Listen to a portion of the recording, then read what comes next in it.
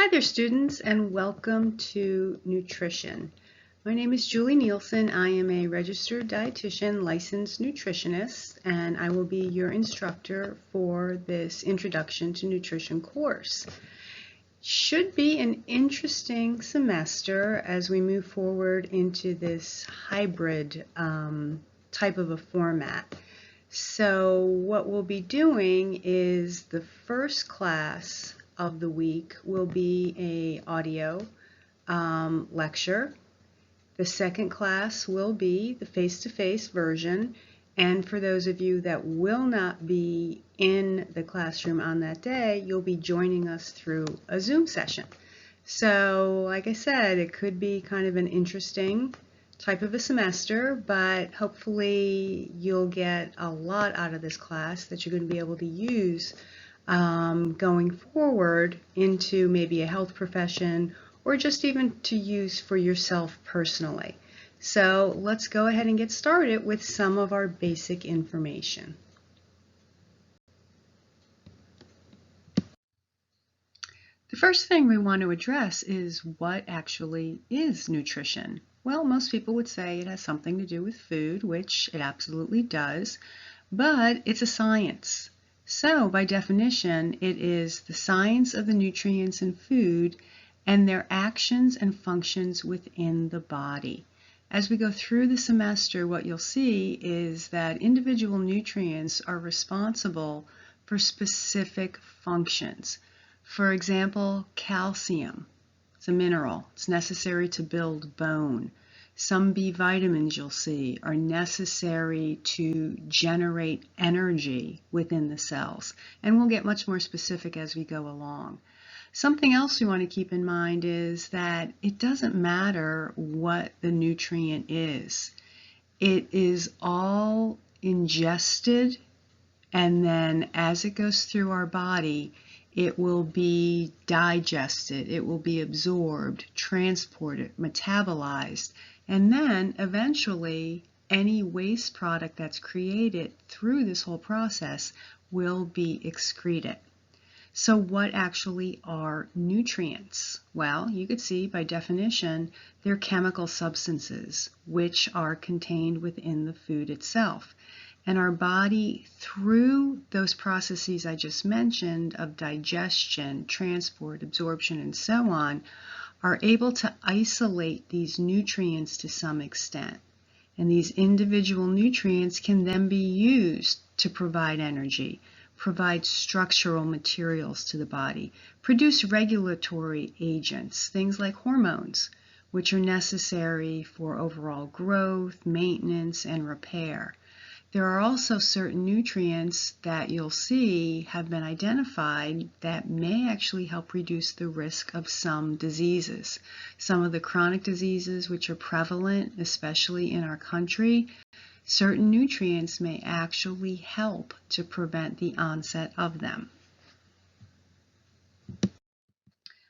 Another term to be familiar with is nutritional status. State of the body as a result of the body's intake and use of nutrients. To put it in a more simple way, we can just say you are what you eat, if anybody's ever heard that term. Basically, that just refers to you can assume your body is going to be in a better condition if you make healthy food choices.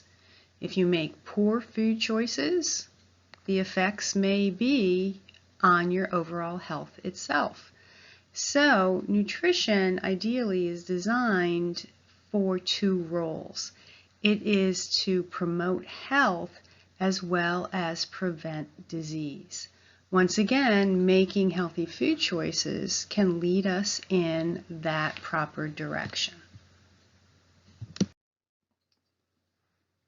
Before we jump into the scientific aspects of nutrition, let's first take a look at what influences our eating habits. What makes us select the foods that we do?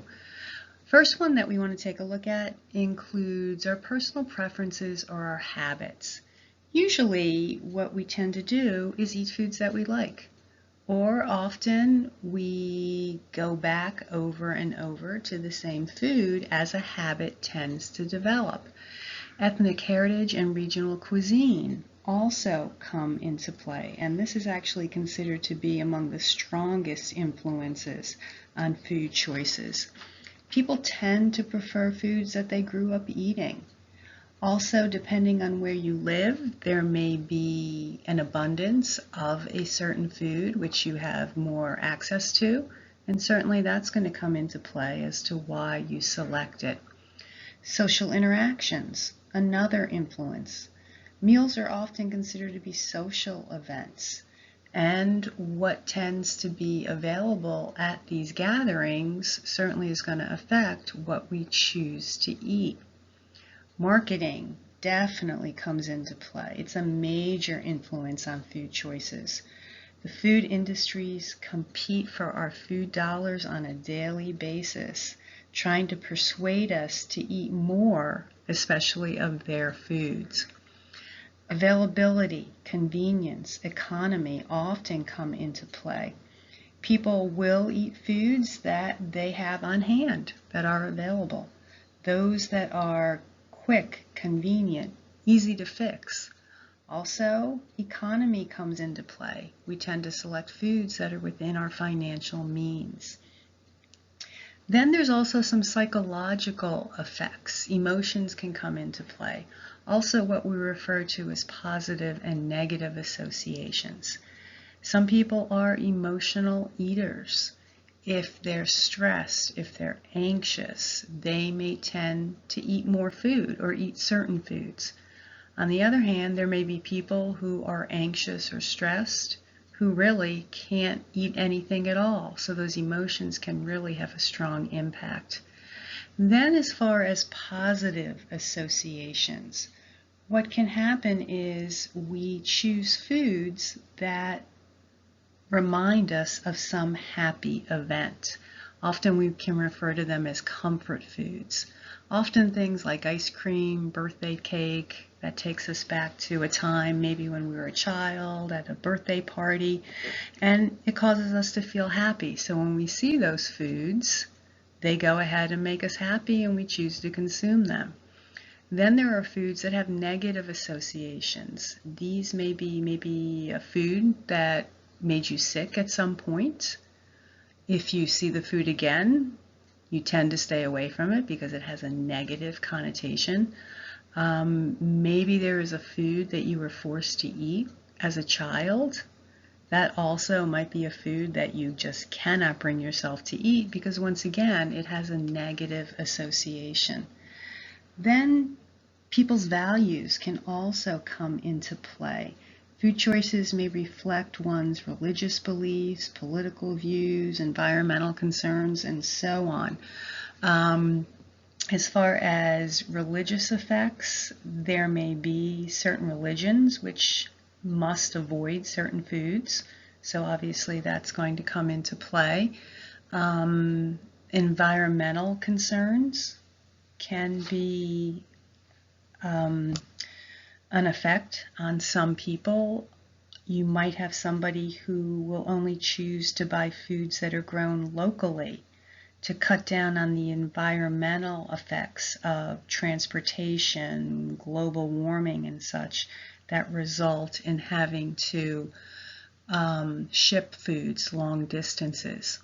Even another example might be someone who becomes a vegetarian because they are supporting animal rights. So there's a lot of values that can also come into play. Medical conditions also can play an effect.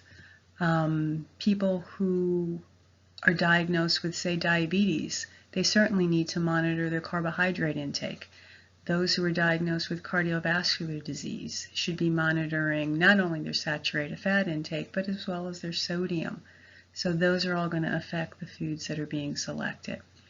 Lastly, you'll note on this list, number 9, nutritive value. And even though I have it listed last here, it really should be considered to be the most important influence on our eating habits. We should really be selecting foods because we know they are nutrient rich and have health benefits.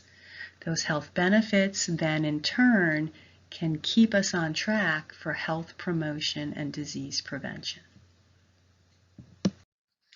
So now let's jump into the actual nutrients themselves. There are 6 classes of nutrients and they contain carbohydrate, protein, fat, vitamins, minerals, and water.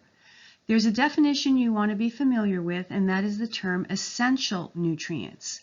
This refers to those nutrients which the body cannot make or cannot make in sufficient amounts. So if your body can't make these nutrients, where do you have to get them from? Well, obviously the answer is going to be from our food choices. Other definitions you want to be aware of are the terms organic and inorganic. And I'm sure from other classes, maybe chemistry, you recall what makes something organic is whether it contains carbon or not.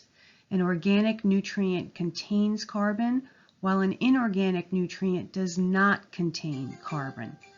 So the first group we're going to look at are those nutrients which we refer to as energy yielding.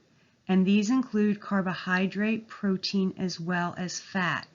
Now when we go through the chapters 4, 5, and 6, which cover these nutrients in more depth, what you're going to see from their chemical composition is that they contain carbon. So therefore, they are organic nutrients. What you're also going to see is that these nutrients provide us with a certain amount of calories when we consume them. So carbohydrate contains 4 calories per gram, or I should really say provides 4 calories per gram. Protein also provides us with 4 calories per gram, and fat provides us with a larger amount, actually 9 calories per gram. Now when we hear that term calorie, we're really referring to what's known as a kilocalorie. It is not a part of the food. It's not a constituent of the food, but it's a measure of the energy that's released when we actually eat the food. Again, going back probably through your chemistry course, you'll recall that a calorie, or more specifically a kilocalorie, is the amount of heat necessary to raise the temperature of 1 kilogram of water 1 degree Celsius. What happens when we consume a food is that as it travels through our GI tract and goes through the digestion process, absorption, metabolism, and so on, the bonds between these long chains of carbohydrate, fat, and protein, they're broken apart. As they're broken apart, energy is now released, which is able to fuel the activities of our body. Foods generally are a mixture of the 3 energy-yielding nutrients. Often we think of, say, a serving of a meat. It is considered to be a protein, and it does contain protein. But if we look at it closely, what we'll see is that chemically, it's also made up of fat, water, vitamins, minerals. Same thing can apply with, say, maybe a slice of bread. We usually consider that to be a carbohydrate, and it does have a large amount of carbohydrate, but once again, if we look closely at its chemical makeup, we're also going to see a little bit of protein in there. We're going to see some vitamins, we'll see some minerals, even see a little bit of water. Something else that we're going to observe as we go through the semester is that if we consume any of these energy-yielding nutrients in excess, our body has the capability of storing them all as fat. Often people might think if they're consuming a very high protein diet that all that protein is going to be incorporated into muscle. Not necessarily true.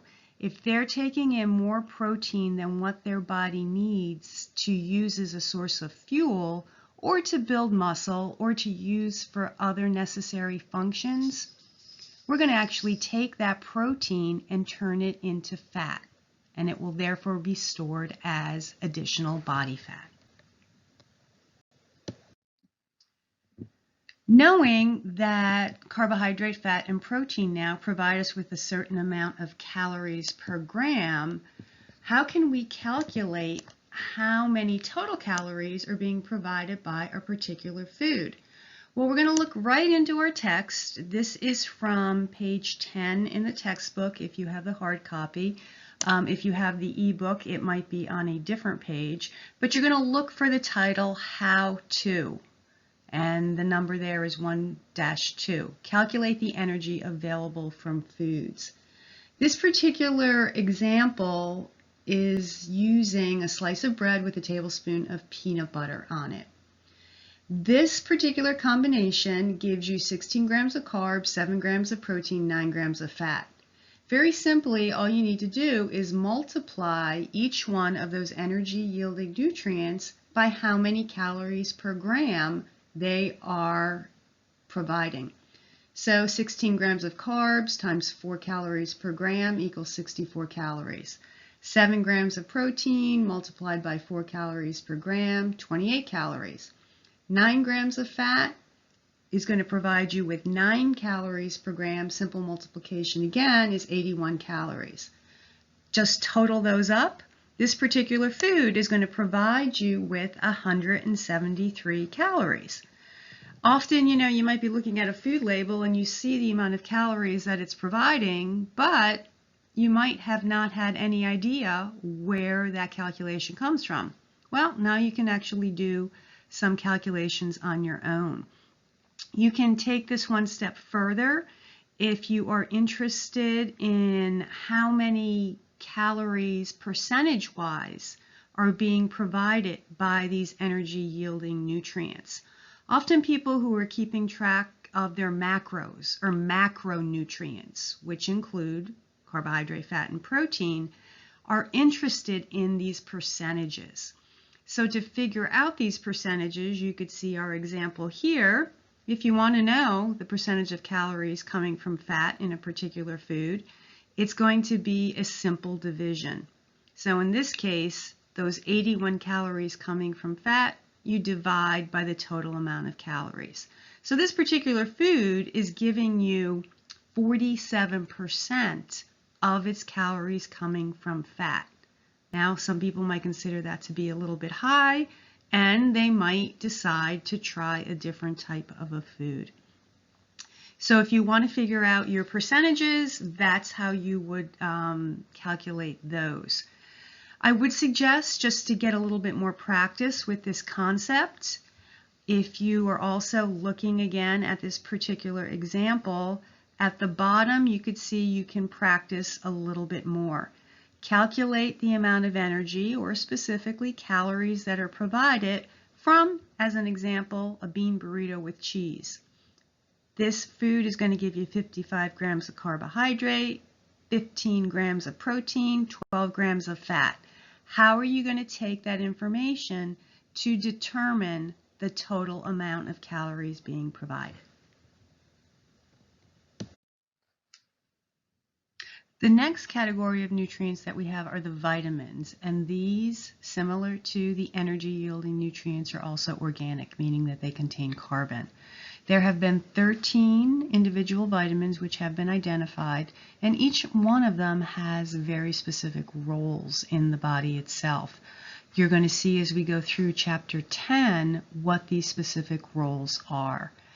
Vitamins are a little bit different compared to the energy-yielding nutrients, basically in the amount of them that we consume.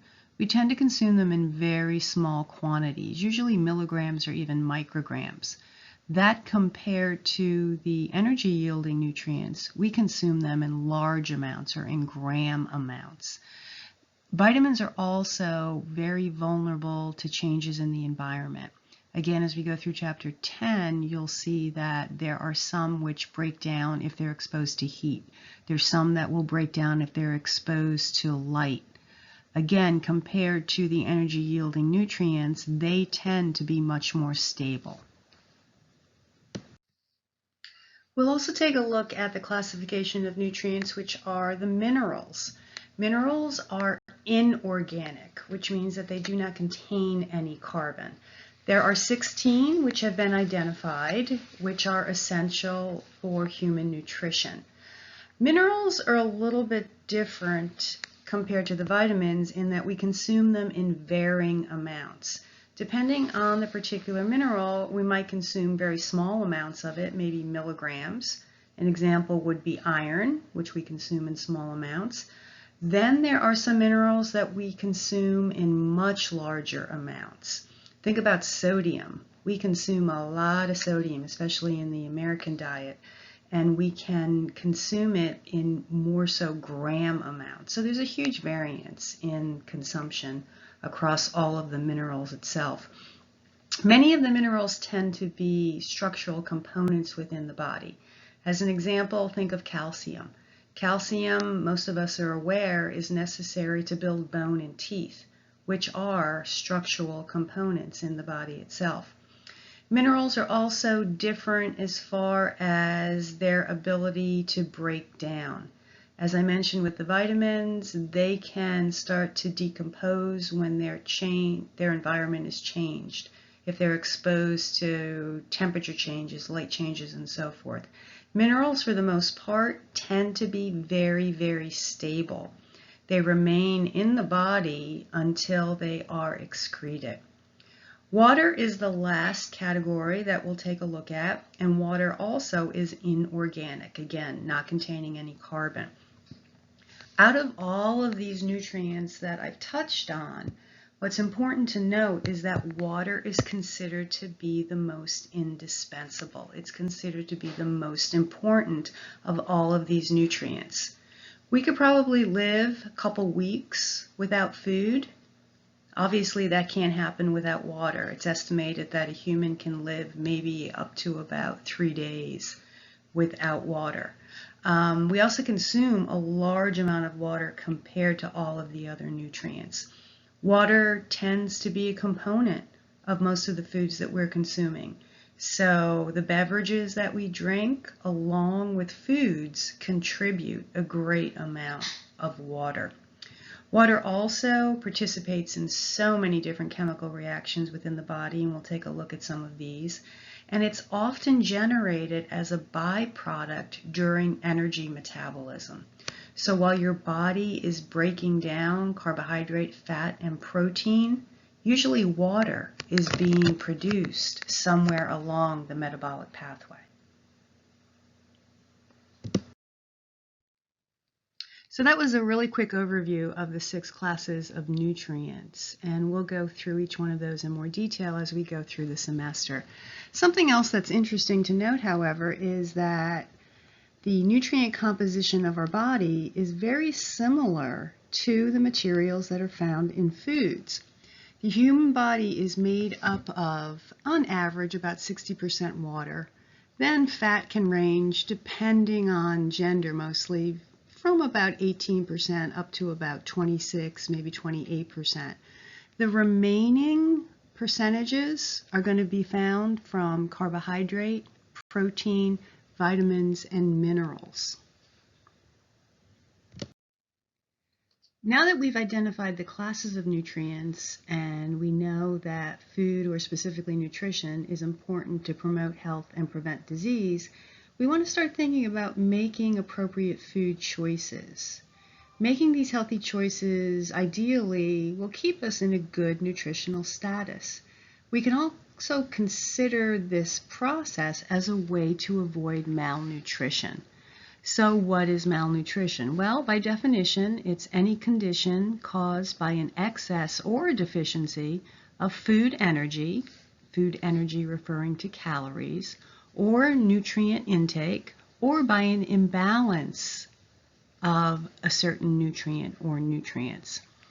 Under the category of malnutrition, we also have what's known as undernutrition, which would be inadequate amounts of nutrients or inadequate amount of calories.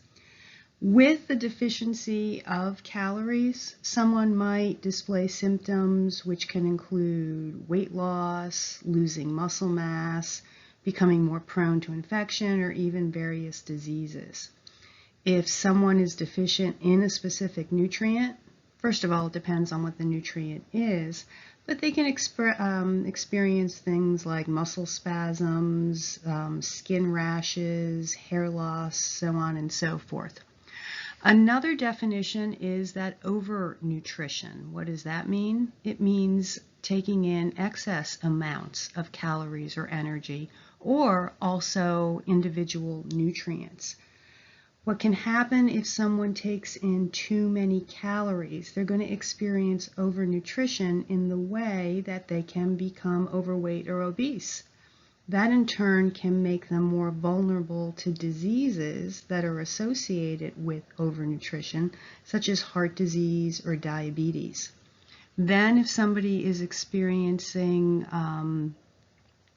consumption of large amounts of an individual nutrient or nutrients, there are many side effects that can occur, again, depending on the nutrient. Something like yellowing of the skin, rapid heart rate, low blood pressure can be the results. So as you can see, ideally, we really want to make sure that we're taking in exactly what we need. To help the general population make sufficient choices so they can avoid or decrease the risk of malnutrition, nutrition experts, which include scientific researchers from the United States and Canada, have produced a set of standards which we refer to as the Dietary Reference Intakes, or the DRIs. So these dietary reference intakes, these DRIs, are determined. And they consist of 4 different sets of values. They include estimated average requirement, recommended dietary allowances, adequate intakes, and tolerable upper intake levels. Usually the first thing that's established is what's known as the estimated average requirement.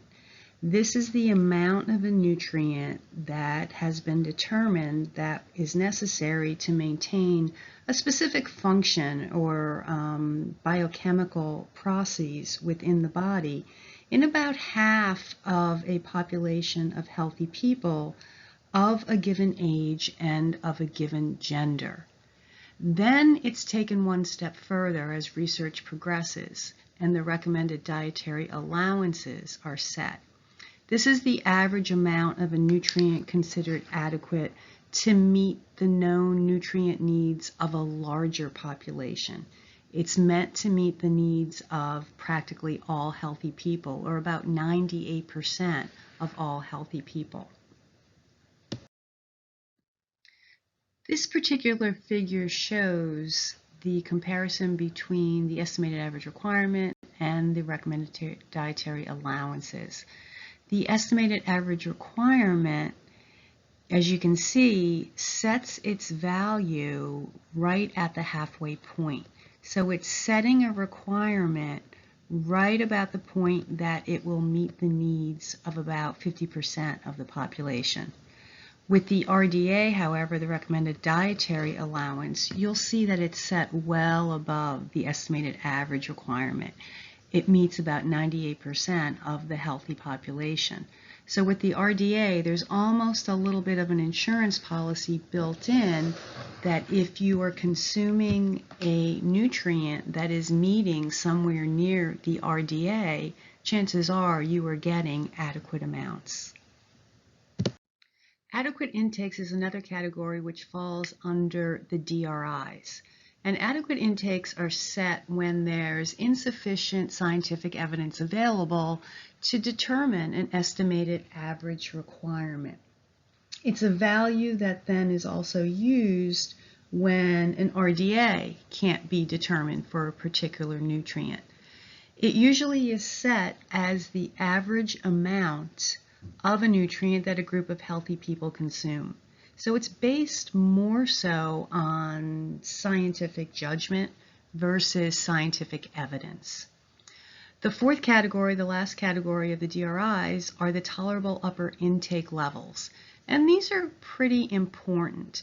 These are levels that have been determined to be the maximum amount of a nutrient that appears safe for most healthy people. And if someone is to consume above this level, there may actually be some risk of adverse health effects.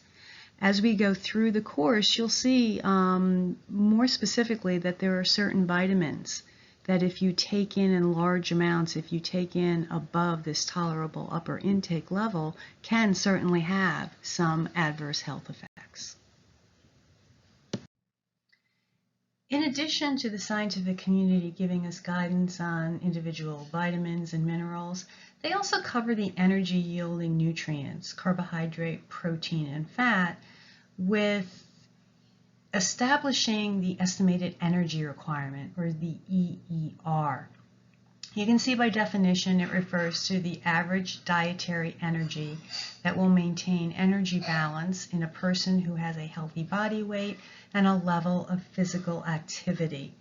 As we go through the semester, we'll revisit this requirement and also allow you to determine your individual value. The DRI committee also provides guidelines on the energy-yielding nutrients by providing us with what's known as the acceptable macronutrient distribution ranges.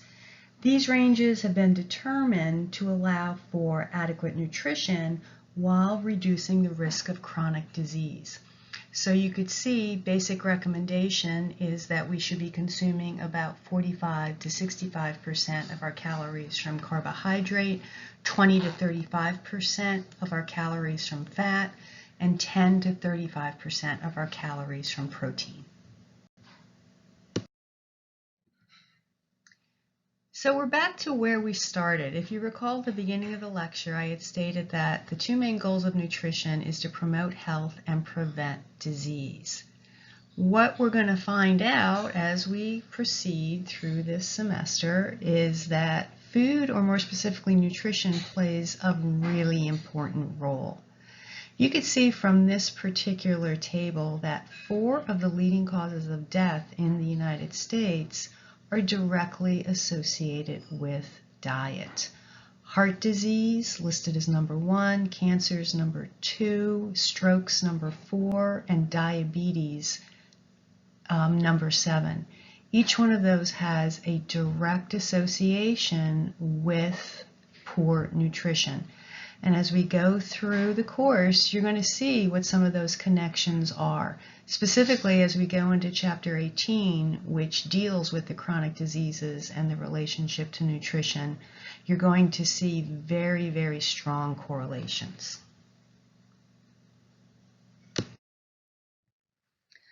Another attempt to help the general population promote health and prevent disease is through the Healthy People program.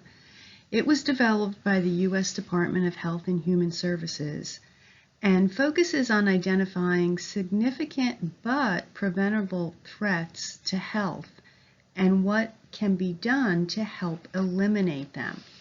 At the beginning of each decade, the program sets specific goals, and these goals are meant to improve the nation's health over the next 10 years. These 2 slides list some of the nutrition and weight status objectives which have been developed. Health officials believe that progress for these 2020 goals are mediocre at best. While physical activity, people focusing on muscle building, muscle maintenance has increased, we're still coming up short with goals such as eating more fruits and vegetables, reducing the population of those who are overweight and obese, among others. Hopefully, as we go into the next decade, we'll make some more progress as far as meeting these healthy goals. So take a minute now and just look through the listing of these objectives that do appear on this slide and the next.